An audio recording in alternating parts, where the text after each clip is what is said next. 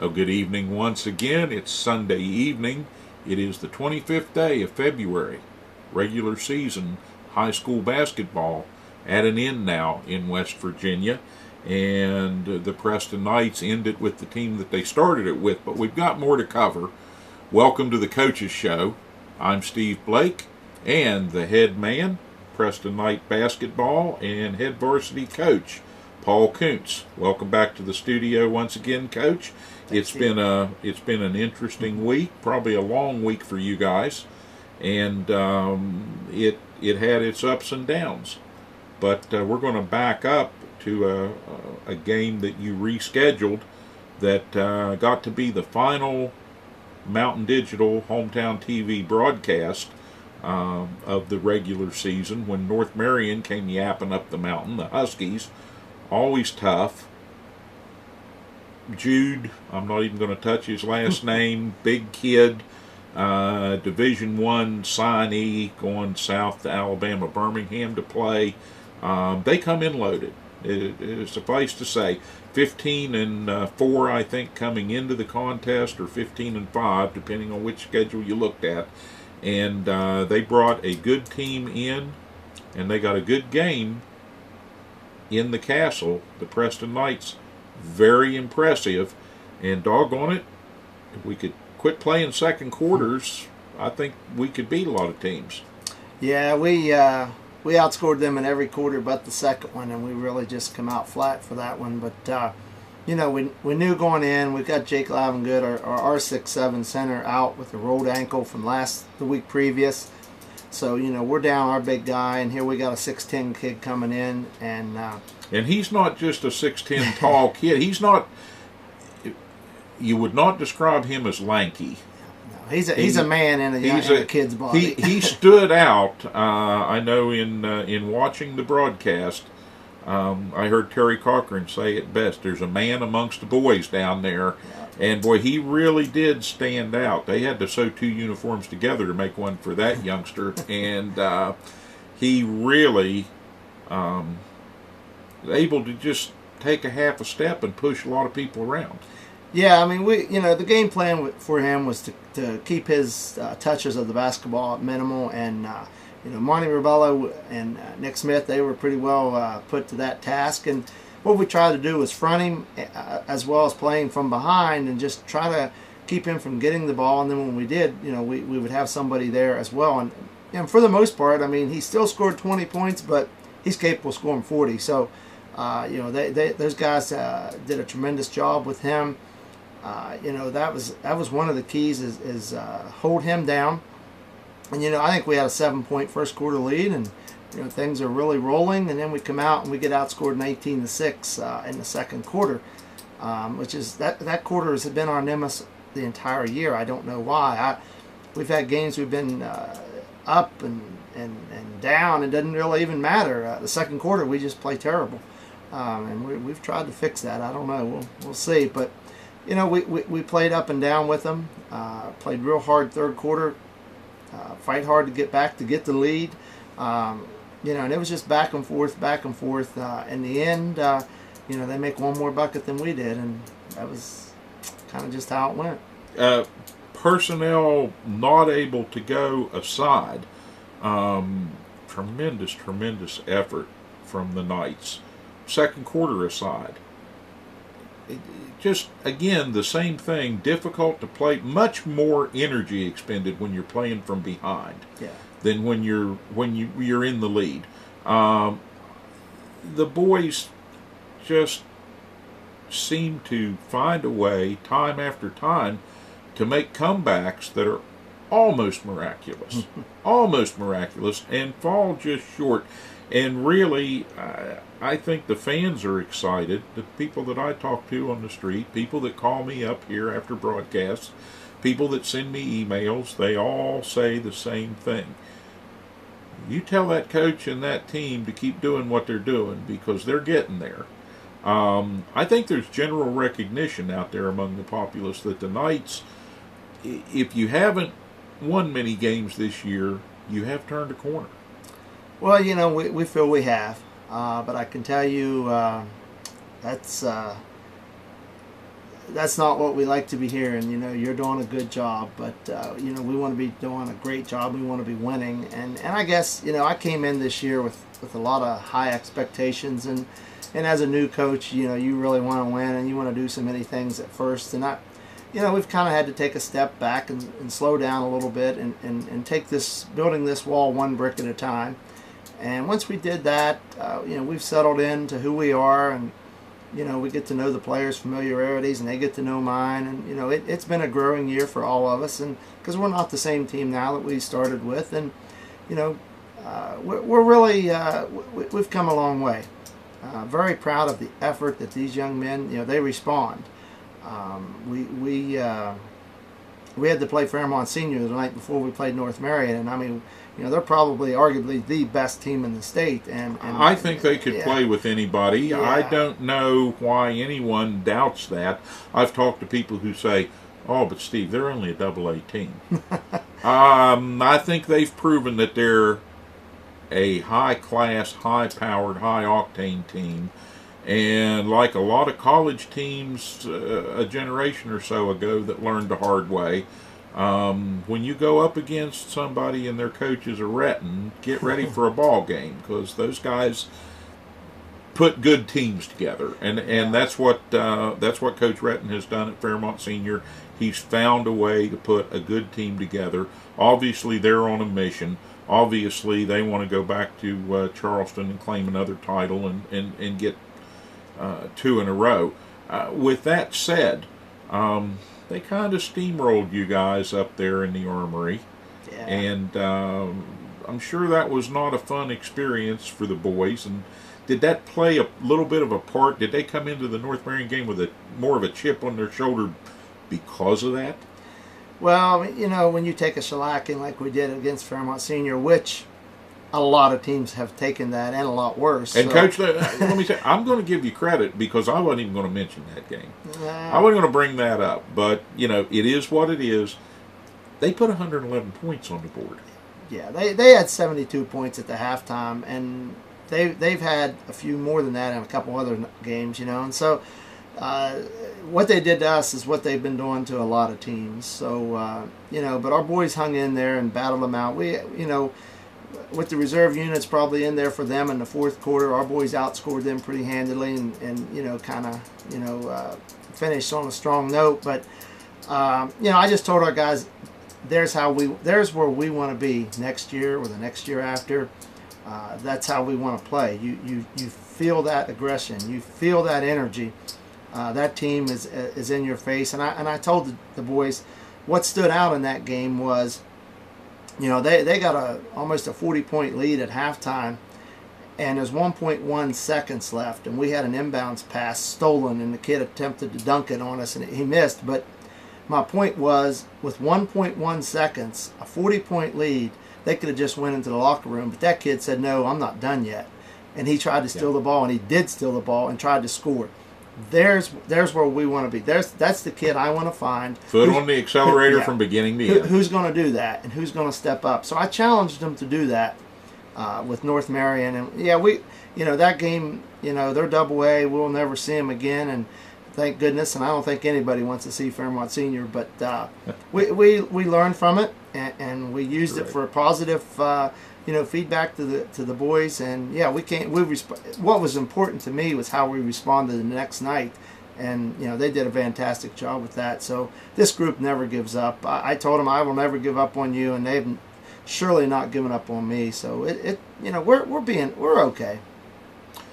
Well, the boys, again, to put a cap on that part of the week, great effort against North Marion in a tough situation. At home, they give the fans one more thrilling ride. Missed it by that much. That much, guys. Just keep going. Keep going. You'll get there. Now, you finish out the season with the guys that you started with, the University High Hawks. Only you have to go down there. Now, they're, at this point, 19-1. They finished the season 21-1. They win over the Knights. They win over Brooke. They really have only lost one game to Park South 67-63. I look at them and I see a lot of speed. I don't see, other than at one or two positions, tremendously more athleticism and talent than a lot of other teams have. But I see a lot of speed and I see a lot of aggressiveness. Mm-hmm. And I think that has stood them in good stead. They've become the kind of team that they needed to become to win games. Preston goes down, and you play a game against University High that's the precursor. We all know the regular season's over. It's the last game. It's the last hurrah for them. They're at home. I feel pretty safe in saying you didn't turn all your cards over and lay them on the table, because seeding's already done. University High will be the night's first opponent in the sectionals. Can you tell us, coming out of the final regular season game and that loss to UHS, without revealing anything special that might be changing or going on, can you tell us, are the Knights becoming the kind of team that they need to become to be competitive next Wednesday night in the first round of the sectionals?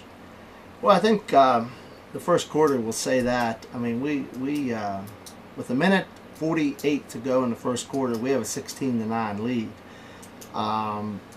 But in that minute and 48 seconds, they score 11 straight points and take a 20-16 first quarter lead from us. Coach Smittle called a timeout, and even down on our bench, I could hear him. He was very unhappy with his team at that point. At the same time, I'm happy with ours, but I knew what was going to come.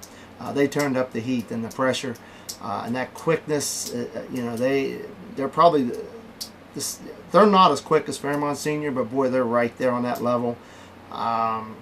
They turned it up on us, and we've had a lot of trouble getting the ball into play, and created a lot of turnovers. So, and that was kind of the story of the night. The rest of the way, we had trouble handling the pressure. Now, we've been working on that a little bit, and the next couple of days we'll work on that as well. But that's just one of the things we've got to be able to figure out, is how to handle that pressure. And a team that figures that out will have a good shot at beating them. But if you can't handle the pressure, they're well coached. They work the ball around as good as any team in the state. Their ball movement is so quick. They know what to do, when to do it. There's always good spacing. When the ball's on the left side of the court, the guys on the right side know where to be. They know how far to be apart. They know where to set their screens. They run a backdoor play it's just unstoppable. So if I'm hearing you right, what you're telling the fans is you're going up against a team that's very fast and has good fundamentals. Yeah. That they are where they need to be and everybody's on the same page. Or at least when Coach Schmidl takes them aside and tells them, get your foot back on the pedal and get in gear here, they're that way. Again, you play a game without your big senior in the middle. Jake unable to play at North Marion or against North Marion. Obviously didn't play against University High. Is that ankle a sort of a day-to-day thing now? I'm sure he's rehabbing as hard as he can and doesn't want his season to be over without playing again.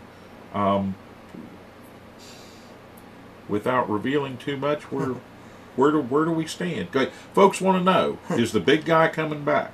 Well, we're day to day with him. He's been to every practice. He keeps me updated. We're trying to get that thing ready to go. It's a day to day thing. We probably won't know till Wednesday, game day. I doubt he'll be 100%. He hasn't practiced now for about 10 days, and that's as detrimental as the injury, Coach. Yeah, it's tough, and as of Friday, he still couldn't put weight on his heel. So it's going to be tough. And we certainly don't want Jake to go out there and try to do something that he shouldn't do and make a bad injury worse. That's not where that comes from. But again, fans who call, inquiring minds, They want to know what's going on with the big guy. How's Jake? What's happening? And we hope for the very, very best, and hope that he's able to get some minutes in against University High in the sectional, because now everybody's 0-0 again. Yeah. All bets are off, but it is one and done. You win, you continue. You lose, your season's over. Pack the uniforms and get ready for off-season training. I know Jake, being a senior, he doesn't want to go out that way. I know the guy that's backing him up fairly well. A lot of pressure on a sophomore. Mm-hmm. I think in Nick Smith, you've got a young man who can stand up and take some pressure and take some heat, but you've also been able to elevate a couple other youngsters that we want to talk about a little bit. And the downside of that is you got another injury. I know Eli Davis, who came up from the JV earlier in the season, is nursing a bad ankle as well now. Yeah. Is that again a day-to-day situation, or is he done?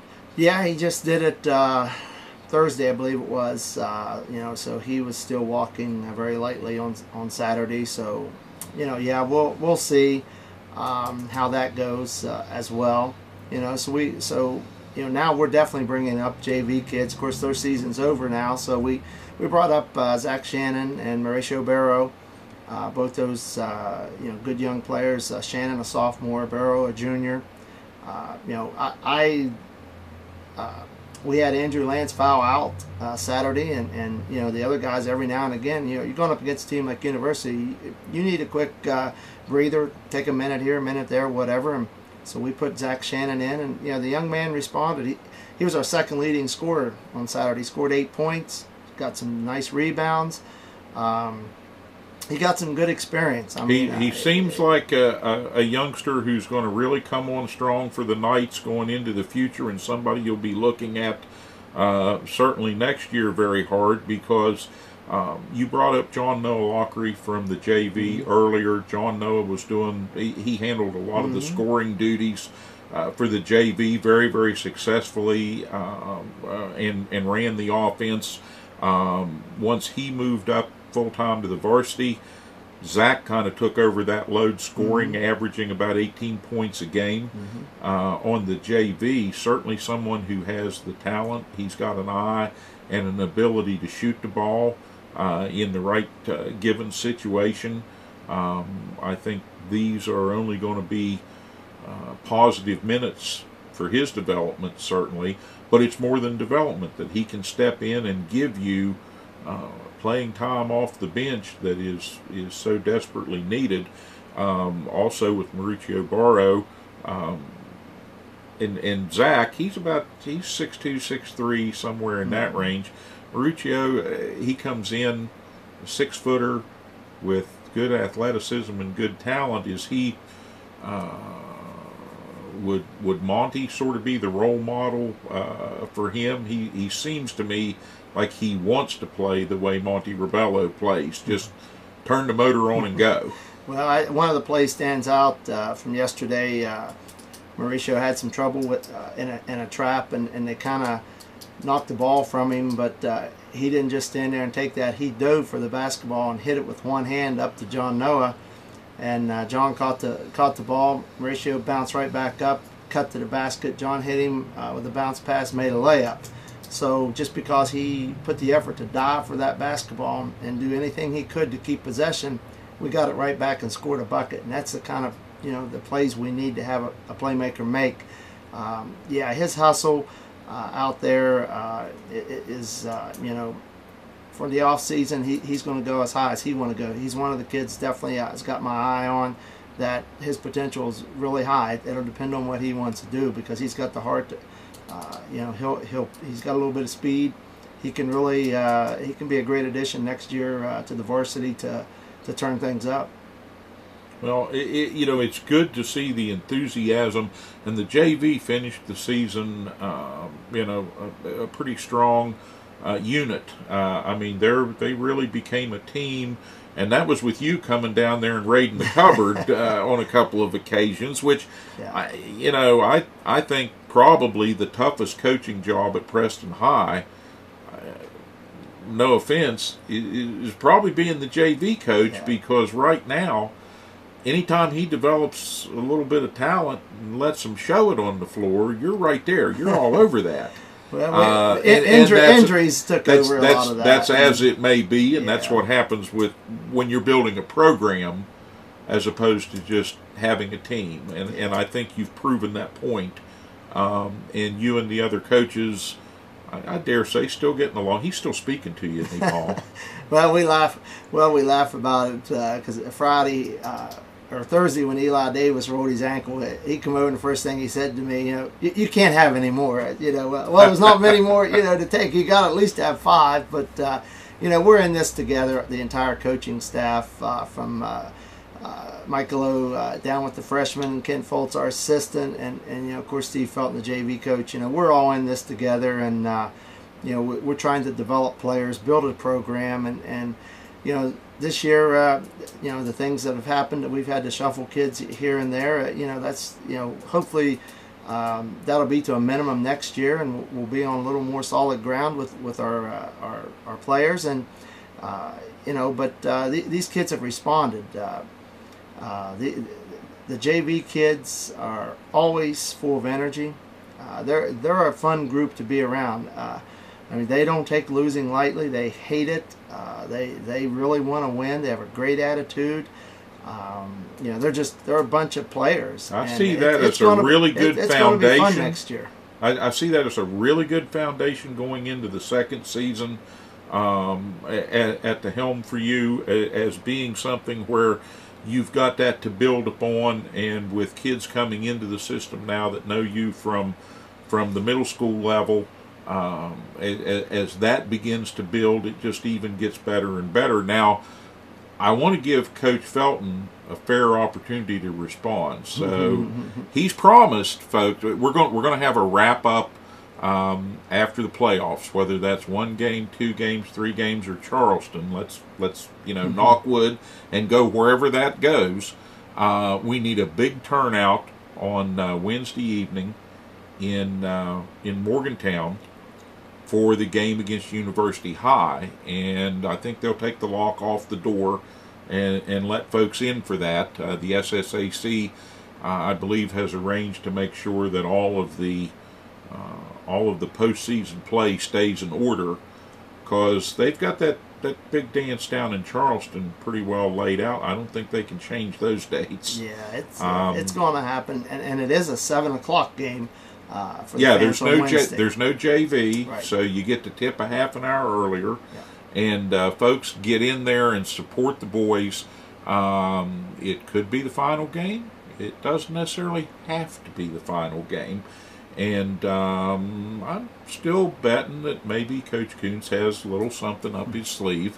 You're going to have a couple of days to practice, I assume, and I know different counties around the state, that's a little bit different everywhere, due to the work stoppage that's going on right now. Different counties have different rules and regulations and different things happening.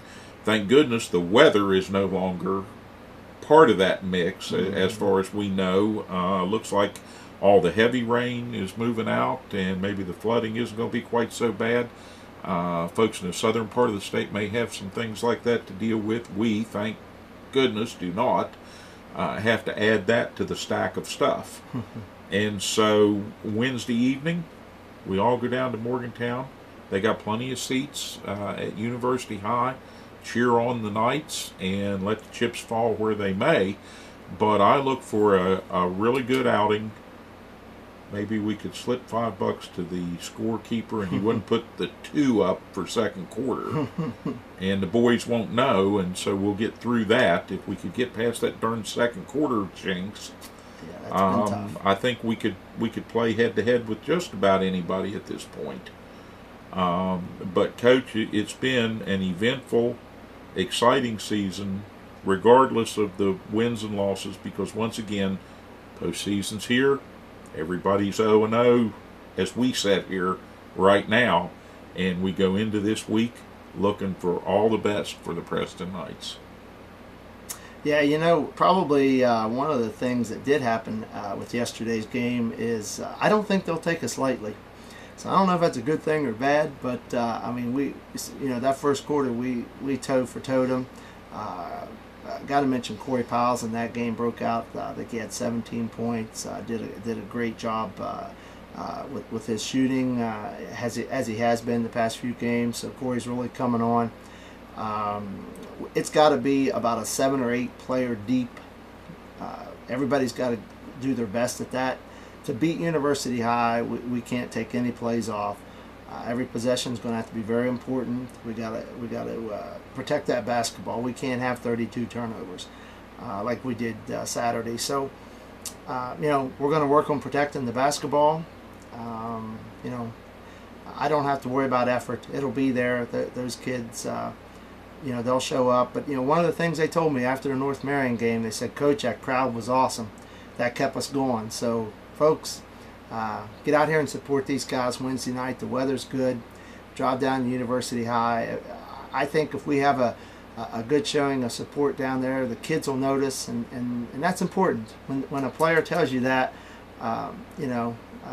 it means something to them, and to know that there's still a good group of people out there believing in us. So I agree. Come out and support us. I agree wholeheartedly, and again, that's not going to be a TV game, not going to be a delayed telecast. I think the radio guys will probably have it, so we'll leave the broadcasting to our friends over on 107.7, and I'm sure they'll do a fine job describing that for folks who are listening. But I plan to be there. Might have the earbud in one ear and try to stay calm and not yell too much, because if I'm not behind the camera, I'm a different kind of fan, Coach. Hey, that's good. So we may try to get down and sit right behind the bench and yell and cheer for the boys and stomp our feet a little bit and have a good time if they'll let me out of the county for the evening. And at that point, again, I think the sky is the limit for this group.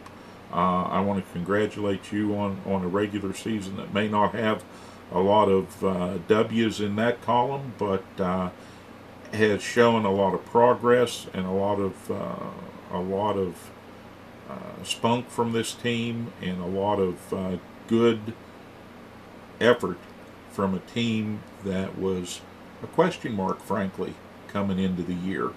And nobody knew how these youngsters were going to respond to getting their third coach in a 3-year period. Suffice to be said, we started the year out saying it was built one brick at a time. I think some folks have seen some bricks laid, and that's how it works. So good luck to the Preston Knights in sectional play. Let's go down and clip the Hawks' wings a little bit, and that's been done before. Bigger teams than they have faltered in the first round, and let's see what happens in Morgantown on Wednesday night. We will have one more wrap-up show. We'll get the other coaches in here, and I don't know if they're going to bring needles to poke you with or not, but we'll have some fun with that. As many of the coaches as want to come, we'll make room for you on camera, and just have a good time with it and celebrate Preston Knight basketball. We're going to close this evening with another one of our Fan of the Week introductions, and this week's Fan of the Week is Lulabelle Smith. Lulabelle, unfortunately, suffered an accidental fall and passed away, but when that accident happened, she was getting ready to come up to the castle to watch her grandson Nick Smith play the final home season game in the castle, and 83 years old and a Preston Knight fan. Absolutely. Right till the very end. So Lulabelle, we love you and we'll miss you. And for Coach Paul Koontz, I'm Steve Blake. That's the Coaches Show. We'll see you next time here on your hometown TV station.